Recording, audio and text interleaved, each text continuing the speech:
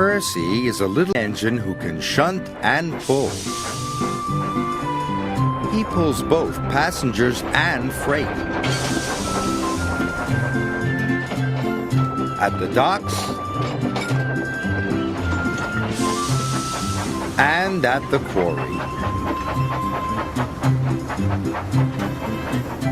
Percy's favorite job is carrying the mail.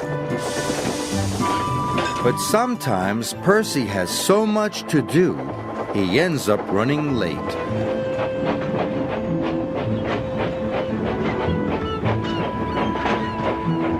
One evening, Percy arrived late at Brendam Docks. "You're late again, Percy," said the dock manager. "I will have to speak to Sir Topham Hatt." Percy was upset. Percy returned to Tidmouth Sheds. The other engines were already asleep. Then Percy heard voices on the other side of the sheds. It was Sir Topham Hatt, and he was talking to Percy's driver. Percy tried not to listen, but he couldn't help himself. "Percy has been late too often this week," said Sir Topham Hatt. "He must go to the scrapyards tomorrow." "Sir Topham Hatt wants to scrap me," gasped Percy. Percy worried all night long.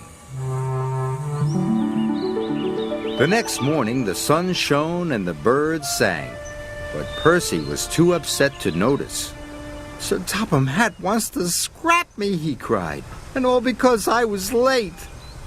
"Sir Topham Hatt wouldn't scrap a really useful engine," said Thomas. "And you, Percy, are a really useful engine." Percy felt better until he noticed the time. "I'm going to be late," he cried. Percy wished away. If he was on time, maybe Sir Topham Hatt wouldn't send him to the scrapyards. Percy's first job was collecting pipes from Brendam Docks. But when he arrived, Cranky was still unloading. "Hurry up, slow coach," wished Percy. "I must be on time." "I'll take as long as I like," said Cranky, and he went slower than ever. The moment Cranky had finished, Percy took off.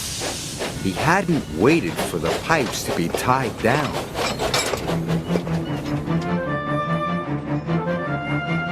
Percy rounded the bend. The pipe slipped and fell all over the track, but Percy puffed on.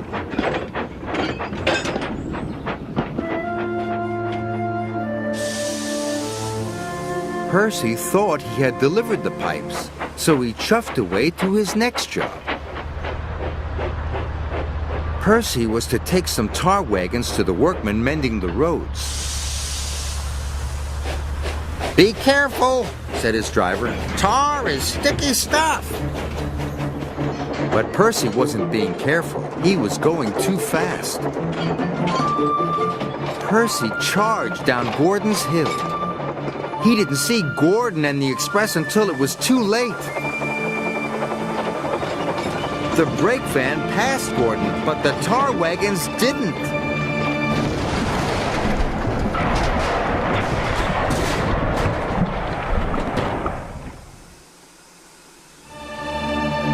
Luckily, no one was hurt, but Gordon was very cross. "Now look what you've done," he wished. "What will Sir Topham Hatt say?" Percy thought he knew. "Oh no," he cried. "I'm sure to be scrapped now." And so Percy decided to run away. Harvey was clearing away the tar wagons when Sir Topham Hatt arrived aboard Thomas. "Where is Percy?" he said. "He has caused confusion and delay." Gordon didn't know. He just left very quickly, sir." "He heard you at the shed, sir," said Thomas. "He thought you were sending him to be scrapped." "I think I need a word with Percy," said Sir Topham Hatt. "You must all help me find him." And so everyone looked for Percy. They searched high and they searched low.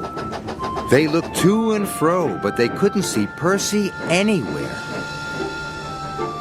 "What's to become of me?" Percy whispered. But there was no one around to hear. Percy looked very small and felt very lonely. Thomas and Sir Topham Hatt were looking for Percy on Thomas's branch line. Thomas suddenly had an idea. I think I know where Percy is, sir. And he puffed back to Tidmouth Sheds as fast as he could.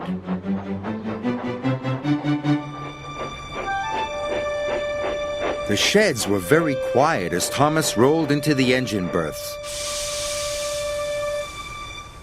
Percy, called Sir Topham Hatt, are you there? "Please don't scrap me, sir," he said. "I didn't mean to be late or cause trouble." Scrap you? Boomed Sir Topham Hatt. Why, the very thought of it. And Sir Topham Hatt told Percy what he had really said. I told your driver you had been working too hard, and that was why you were late.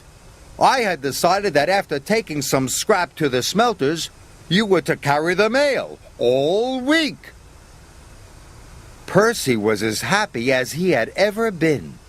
Do you really mean it, sir? Puffed Percy proudly. The mail for a whole week! Thank you, sir! Percy couldn't stop himself tooting for joy. Thomas tooted too. It was good to have his friend back.